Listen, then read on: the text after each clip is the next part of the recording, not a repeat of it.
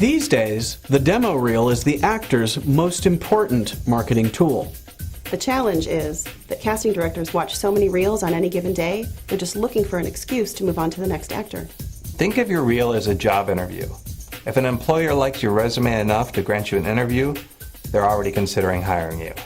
Obviously, they like you so far, but at this stage, all they're looking for is a reason not to hire you. So you have to make sure you don't give them one.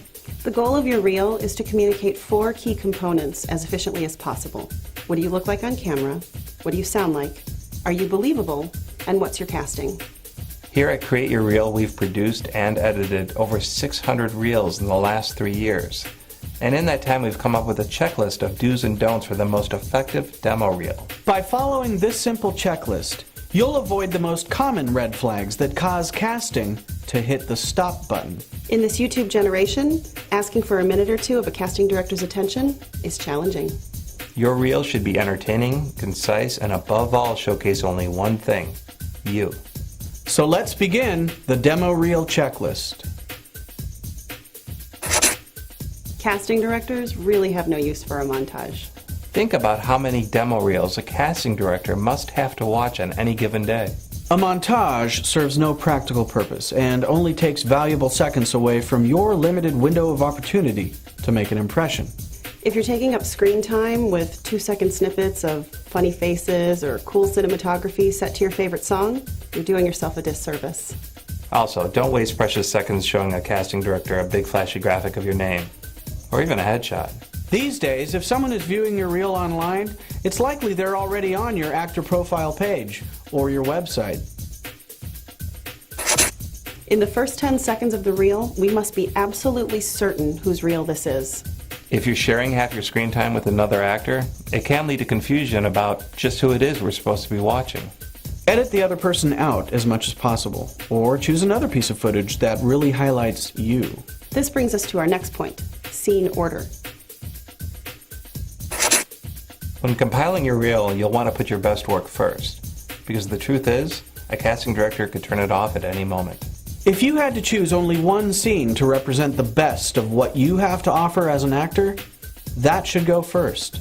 What constitutes your best scene can be very subjective, but here are some criteria to help you decide. Consider where you are in your acting career. Any film or TV footage in which you appear with a known actor should definitely go first. But if you have a scene with, say, Will Smith, chances are the focus of the scene is on Will. So, for your reel, edit the scene down to mostly your coverage, leaving in just enough footage to prove that you appeared in a scene with Will Smith. But what if you don't have any such footage? Well, start off with a scene that shows your casting.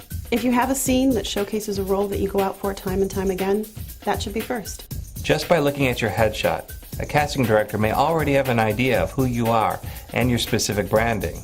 Your reel should play to that strength, not work against it. So, to recap, footage of you performing with known actors should come first.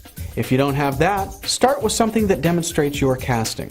Now, if you don't have a scene with a known actor, or one that showcases your casting, then start with the funniest, the highest energy, or the most gripping. The goal of your first scene is to keep a casting director watching long enough to get to your second scene. In terms of comedy and drama, the general rule is comedy first. Anything sad, slow, or which goes against the grain of your casting should appear later in the reel. Think of how viewers are likely to respond to the content. It's much easier to make them laugh first and then pull their heartstrings on the next scene, rather than the other way around. Too many times actors are afraid to trim down a scene because they feel it might end up being confusing to the viewer. For casting watching a demo reel, they don't care about plot, backstory, what happened before the scene, or what happens after. All they want to see is you and your talent, and all they're doing is looking at those 4 key elements to decide if you're right for the role. It's a good rule of thumb to leave off any footage that's poor quality, even if it shortens your reel. This would include anything with bad sound or picture quality, or anything that looks like home video. A brilliant performance will always be overshadowed by footage that looks unprofessional. If you're fortunate to have professional quality footage on your reel, don't dilute its effectiveness by putting it next to something shot on your buddy's camcorder. No casting director ever wishes that an actor's reel was longer, whether they liked that actor or not. Give them a reel that showcases you and leaves them wanting more. Never overstay your welcome.